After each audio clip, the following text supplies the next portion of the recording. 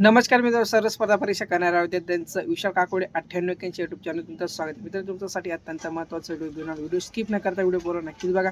चला तर मित्रांनो, आजचा भरती विषय माहिती नक्कीच घेणार आहोत. तर मित्र, स्क्रीनवरती मला सगळी माहिती भेटेल. मित्रांनो, शासकीय वैद्यकीय महाविद्यालय सोलापूर भरती 2025 साठी भरती निघाली. तर मित्रांनो, एकूण जागा 153 पदांसाठी जागा निघाल्या. तर मित्रांनो, पदांचं नाव तपशील तुम्हाला स्क्रीनवरती पूर्णपणे बघायला मिळणार.